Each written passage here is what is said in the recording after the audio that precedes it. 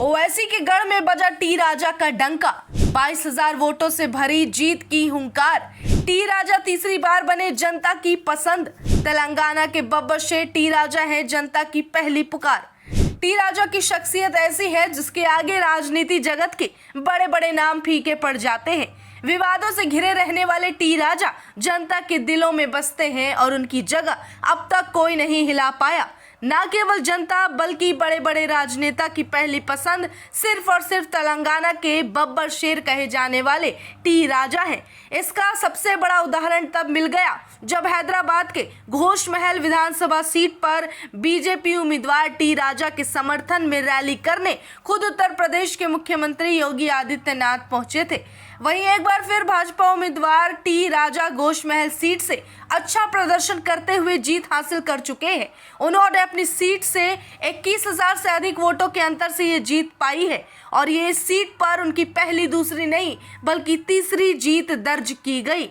वहीं बता दें कि टी राजा अक्सर ही अपने बयानों के कारण सुर्खियों में छाए रहते हैं। टी राजा की बात करें तो बता दें कि 2014 वो साल था जब उन्होंने बीजेपी का दामन थामा था और बीजेपी के साथ अपना सफर शुरू किया। कई ऐसे विवादों में एक विवाद सबसे बड़ा था जहां पिछले साल टी राजा सिंह ने पैगंबर मोहम्मद पर विवादित बयान दिया था, जिसके बाद उन पर केस दर्ज किया गया, गिरफ्तारी हुई और उन्हें 2 महीने तक इसके लिए जेल में रहना पड़ा था। इस दौरान भाजपा की तरफ से उन्हें निलंबित यानी कि सस्पेंड कर दिया गया। हालांकि तेलंगाना में चुनाव आयोजन होने से ठीक कुछ समय पहले टी राजा पर लगा निलंबन हटा दिया गया और उन्हें दोबारा से घोष महल विधानसभा सीट से बीजेपी की तरफ से टिकट दिया गया। उसी का नतीजा है कि टी राजा फिर से जीत गए हैं। टी राजा हैदराबाद के घोष महल विधानसभा सीट से पिछली 3 बार से बीजेपी के पसंदीदा प्रत्याशी इसलिए बनते जा रहे हैं क्योंकि टी राजा भी हिंदुत्व के पथ पर चलना पसंद करते हैं। वहीं भाजपा में शामिल होने से पहले वो बजरंग दल में काम कर चुके हैं। इतना ही नहीं, वो गौ सेवा में विश्वास रखते हैं और गौ सेवा को अपना धर्म बताते हैं। बताया जाता है कि टी राजा की छवि उत्तर प्रदेश के योगी आदित्यनाथ से मिलती जुलती सी है। यही वजह रही कि खुद टी राजा के समर्थन में रैली करने उत्तर प्रदेश के मुख्यमंत्री खुद ही पहुंच गए।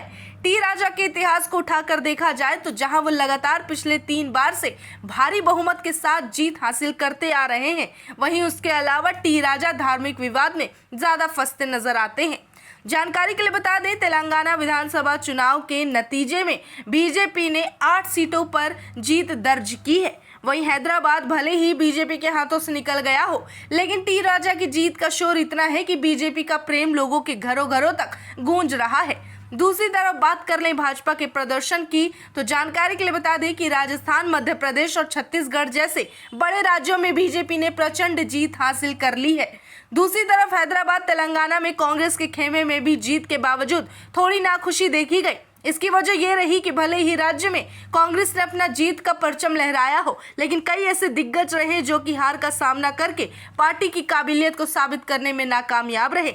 मीडिया रिपोर्ट्स की माने तो कांग्रेस ने राज्य में 64 सीट पर जीत दर्ज की, वहीं बीआरएस के खाते में 39 सीटें ही आई है। हैदराबाद के तेलंगाना में ओवैसी की पार्टी AIMIM बहुत पीछे रेस में नजर आई है। प्रतिशत के तौर पर केवल 2.22% वोट ओवैसी के खेमे में जा गिरी है।